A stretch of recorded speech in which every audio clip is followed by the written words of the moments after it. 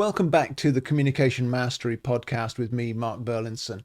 This is where we unleash the power of understanding to build bridges and not boxes, because we understand that communication is the oxygen of teamwork.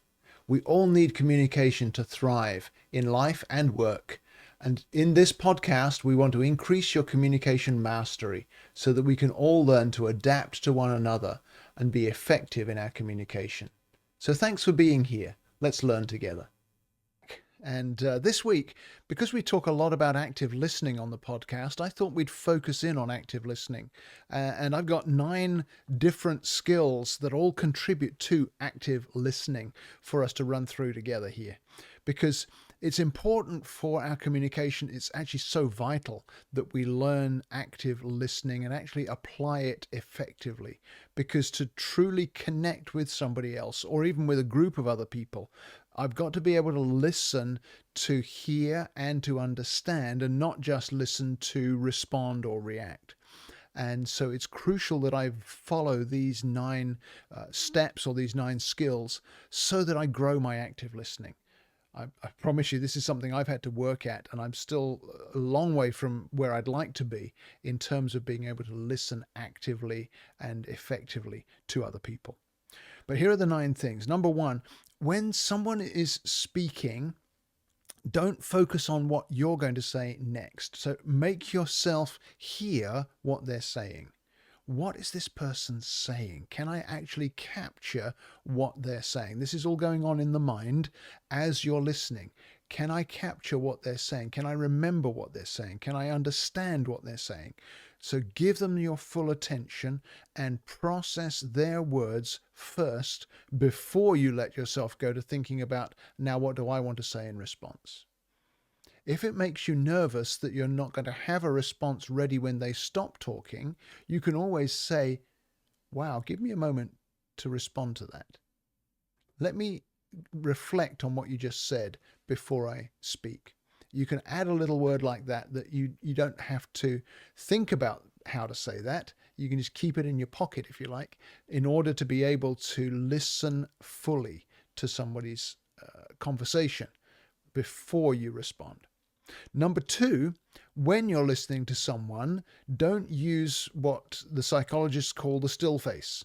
There was an experiment, you can Google this, it's fascinating, but there was an experiment done years ago now called the still face experiment, where they took a baby and a mother, and the mother was told to not give any facial expression or any sound to her response to the child as they interacted with each other. And the effect on the child was amazing. When we don't get any kind of feedback, whether it's facial expression or tone of voice, from someone who's listening to us, we don't get that feedback. It really puts us into distress in our communication. So don't use the still face when listening, where you're just blank, staring, with no facial expression, no vocal expression, no movement. Instead, you can nod, you can keep eye contact, you can make small verbal acknowledgements. It doesn't mean that you have to give the impression that you're agreeing or disagreeing. You're not saying yes or no, but you could say, uh-huh, or oh, or I see, those kinds of things. Those little verbal expressions can increase the connection, specifically if you're keeping eye contact and maybe nodding or just moving your head in ways that indicate that you're hearing what you're hearing. It doesn't, as I say, have to indicate agreement or disagreement, but it can simply be an acknowledgement that you're hearing. Gives the person that's speaking to you the feedback that this is being received. So that can be so important. The third key to active listening, it's a skill we have to grow. It's to pick up on tone and any emotion in what's being communicated. So don't focus on just the words that a person is using, but so that you'd ignore maybe how they're using them. Some of us are very good at just picking up on, well, you said this, but you notice even in the change of tone in my voice there, I may be reacting wrongly to the words that were used because I haven't taken into account the tone of voice that was used. I've seen it again and again when trying to help folks who are struggling with a disagreement or a conflict, where they will take the fact of the words and ignore the tone, and in either unwittingly or intentionally increase the conflict rather than resolving it, because they're ignoring 80% of the communication. So pay attention to body language, pay attention to tone of voice, even the pace of what they're saying, as well as the words that they're using. Just the words alone don't give you the full communication. So pick up on tone and emotion. It's a key part of active listening. What tone am I hearing? What emotion am I seeing? What kind of pace is what is the pace of communication conveying to me? Is this person speaking really quickly, or is this person speaking slower than I would expect them to?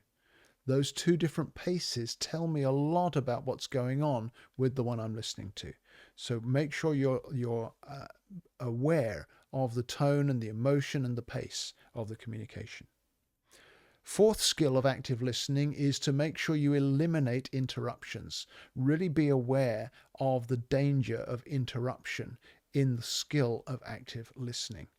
So don't cut people off in mid-sentence where you just butt in with a thought or a comment or a disagreement. You don't get the benefit then of what they were going to say. Force yourself not to finish their thought for them. That can be a challenge if you're quite a verbal person and the one who's speaking to you is less verbal. They may have pauses in what they say so that they can reflect on what they want to say. If you felt the need to jump in any of those pauses, you need to watch when you're practicing active listening that you don't finish someone else's thoughts for them. It's a challenge I have frequently as I'm coaching. I don't want to jump in and miss what it is that's going to come. And I have to deal with any degree of frustration when there's a pause in someone else's communication. It may be that I'm able to just keep talking and convey what I want to say, but others may not have that gifting. They may be more cognitive, with deeper thinking, and it's worth waiting to hear what's going to come. So beware of interruptions. Wait for them to complete their thought before you respond. Fifth skill is clarification. So as you clarify what you think you've heard, you begin to more fully understand what you were supposed to have heard. When I assume that I've understood, that's always a pitfall. I haven't truly understood what you're saying to me until I can paraphrase what I think I've heard and ask if I need clarification. But then also having done that to say, so did I get what you were saying, or did I miss something in what you wanted to communicate? Clarifying is always a very valuable middle step in active listening. So what I heard you say was you're concerned about this issue, or what I heard you say was you're doing really well with the progress on these three parts of our goals, and then there's one that you're having more difficulty with. Is that right? Did I hear you correctly? Did I understand what you were saying? Asking for clarification and then switch back into active listening.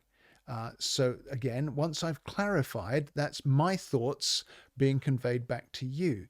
But now I need to switch back to fully hearing what you're saying rather than processing what I thought I heard in my own mind and waiting to respond. So back to point one, focus on what they are saying, not on what I'm going to say next. American business wastes billions of dollars every year on miscommunication.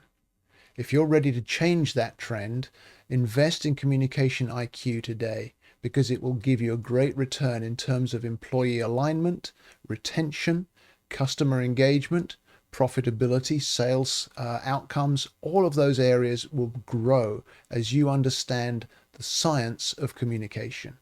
So go to my website at markburlinson.com, click on the business button, and let's have an introductory chat today about how I can help your business be more productive by enhancing communication.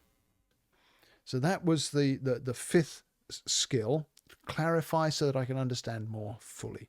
The sixth one kind of goes along with it, and that is don't move on too fast.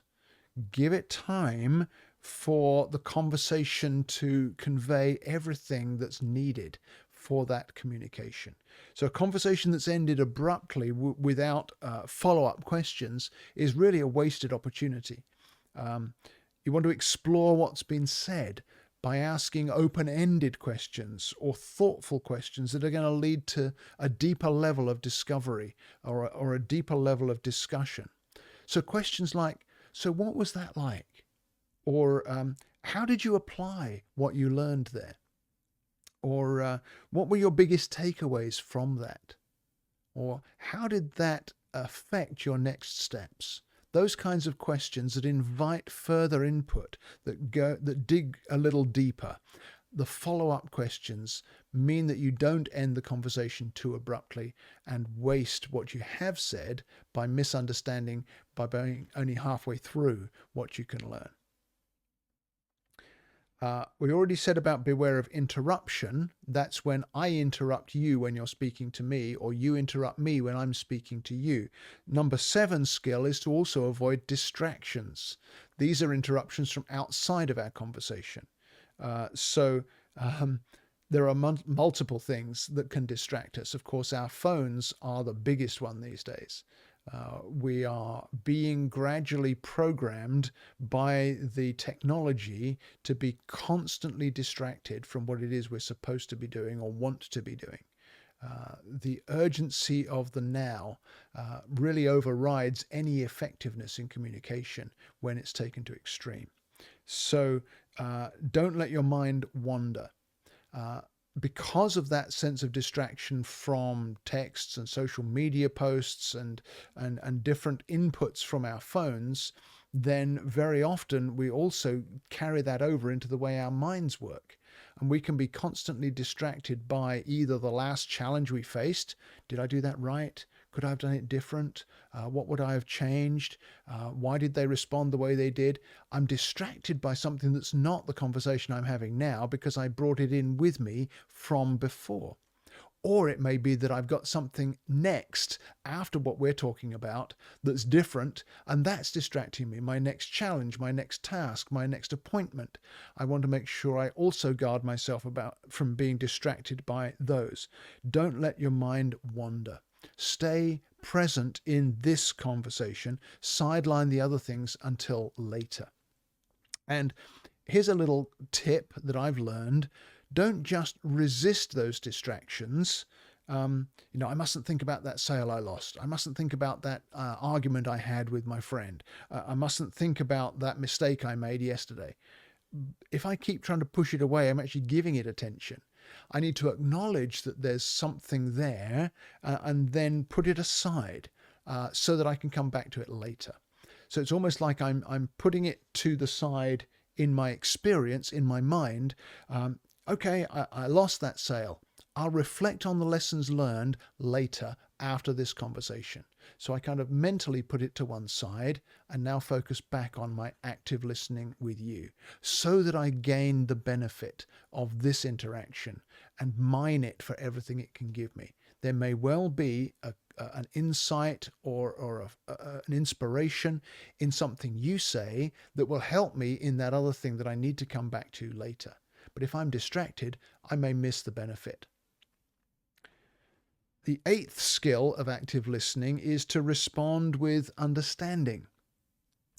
Very often when you're active listening, you'll gain more out of the interaction, and some of that may press buttons in your own emotions, in your own thinking.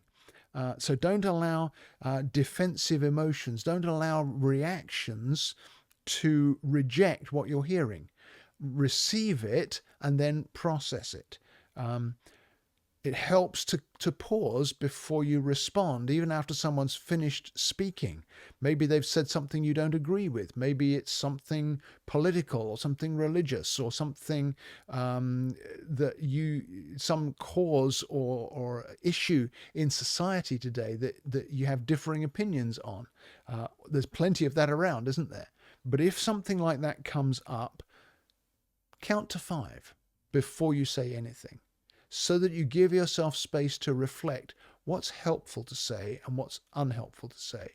Can I put aside my disagreement, or can I simply say, I think we'll need to agree to disagree in that area, but let's look at this, that we can find some common ground, or let's talk about this area where I think we can learn more from each other. Let's zero in on the areas where we can find some common ground, or we can allow our communication to move us forward toward a goal, rather than being distracted with issues that cause us to react to one another negatively. I want to respond with understanding. I want to be receptive to what is valuable. I understand what you're saying. I hear what you're saying. I will take that into consideration. And I value the fact that you've said it, and that we're in a setting where you can speak your mind, where you can give me your input. Is there anything more that you'd like to say around this issue? Or could you develop for me that thought that maybe was less contentious or less reactive than the other thing that I might respond to by cutting you off? Those kinds of reactions, to respond with understanding, is very helpful in an active listening setting. And then the 9th skill is probably the most important one to remember in terms of applying what you're receiving and gaining from an interaction, whether it's with a group of people or with an individual. And that is always to summarize the conversation, always summarize the interaction to confirm the key takeaways from our discussion.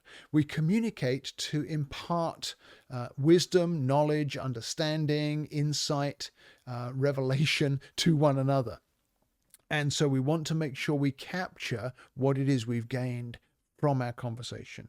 So don't miss the most valuable part of an active listening conversation just by walking away from it at the end. Instead, affirm what you've received by giving some simple summary of the key points that have been covered. Something very basic, very simple, but so what we've said is that the sales goals for this next quarter are going to be challenging to receive, but if we focus on the deliverability of the new project, that's going to help our sales goals. Something like that. Those kinds of summaries help to crystallize for you and the person you've been listening to what it is we're taking away from this conversation. It doesn't have to be fully action-based, where now you're going to go and do this and I'm going to go and do that, but we're simply stating what we've achieved by having our interaction, by having our conversation. And it proves that the active listening worked. I've been in settings where it's been very difficult to complete that simple summary at the end. And that shows me that I haven't been listening as actively as I wanted to, or that the person I'm interacting with has not been able to fully convey what they have to offer or what they want to communicate. And sometimes that means you can say, you know what? I'm having difficulty summarizing what we've said in our conversation. Can we take 2 more minutes and you say it again, maybe in a slightly different way, so we can capture a summary of what we've talked about and what we've learned from each other? Very often that will open the door to maybe a restatement that will be the key to the value of that conversation. We get to some clarity, we remove some jargon, we get rid of some defensive reaction, or we move into the active welcoming of what the other is saying, so that we can both receive it.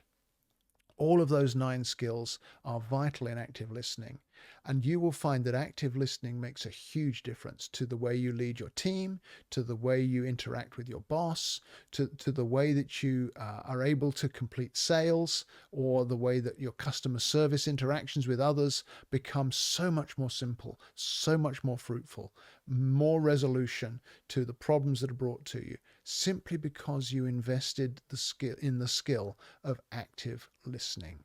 You don't miss what's being said, you capture it, you dig into it, you mine it for what it can give you so that you can reach the goals and the purpose for which you're having the conversation. So I hope that's helpful to you, and we'll leave it there for this week, but come on back next week for another episode of the Communication Mastery Podcast. Thank you so much for listening to today's episode. It would mean a lot to me if you'd rate and review the podcast so it helps more listeners to find us. But also, would you give me your feedback on things you'd like to hear about in future episodes? And remember to share the episode with a friend if you see something that would benefit them as well. You can reach me with feedback through my website at markburlinson.com. Just click on the contact button and send me a message. I respond to everyone personally, and I really want to hear from you. So thank you again for listening, sharing, reviewing, and giving me your feedback.